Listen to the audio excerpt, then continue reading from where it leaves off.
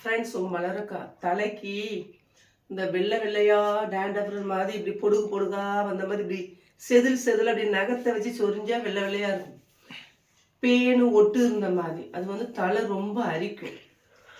அது வந்து வெள்ளை நிறைக்கிறதுக்கு நினைச்சிட்டு எல்லாரும் சொரிவாங்க, மண்டை நிறைக்க போல, அதனாலதான் அப்படி இதா இருக்குன்னு பார்த்தா அந்த செல்லு செல்லா வரும். அதுக்கு ஒரு நல்ல மருந்து சொல்றேன்னு, இது வேப்பங்கொட்டை இருக்குல்ல, வேப்பங்கொட்டைய நல்லா காய வச்சு, வேப்பம் பழத்தை நல்லா கீழே விழும் எடுத்து காஞ்ச பிறகு அந்த நெத்தை உடைச்சிட்டு உள்ள இருக்கிற பருப்பு இருக்கு பார்த்தீங்களா, அந்த பருப்பும் கருஞ்சீரகத்தை நைட்டே நனைய போட்டுருங்க.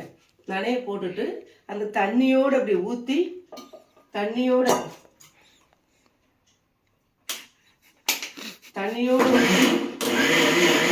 ஒரே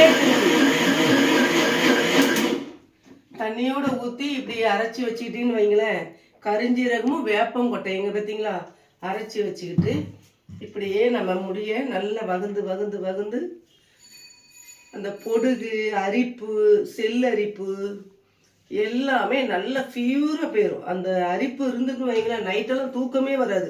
மண்டை வேலை பார்க்குற இடத்துலையும் வெளியே போகிற இடத்துலையும் மண்டையில வந்து தலையில தான் கை வச்ச மாதிரியே இருக்கும். கொஞ்சம் தண்ணி ஊற்றிக்கோங்கண்ணே, நல்ல தண்ணி லைட்டாக ஊற்றிட்டு அரிச்சு போட்டோம்னா கருஞ்சீரகம் கசப்பு நல்ல ஒரு முடி வளர தூண்டுதலுடைய இது உண்டு அதுக்கு. அதனால இப்படி ரெண்டாக அப்படி வகுந்துக்கோங்க. ரெண்டாக வகுந்துட்டீங்கன்னா உங்களுக்கு வந்து இது போட நல்லா எல்லா பக்கமும் சேரும்.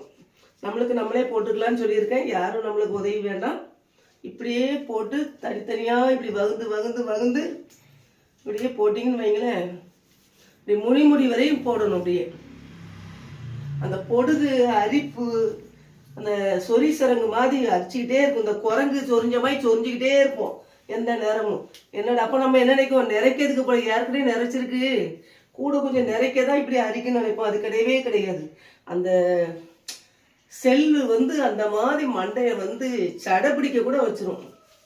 அரிப்பு பேனு ஈரெல்லாம் சேர்ந்த மாதிரி கருஞ்சீரகம் சேர்றதுனால பேனு ஈறு எல்லாமே செத்துரும்.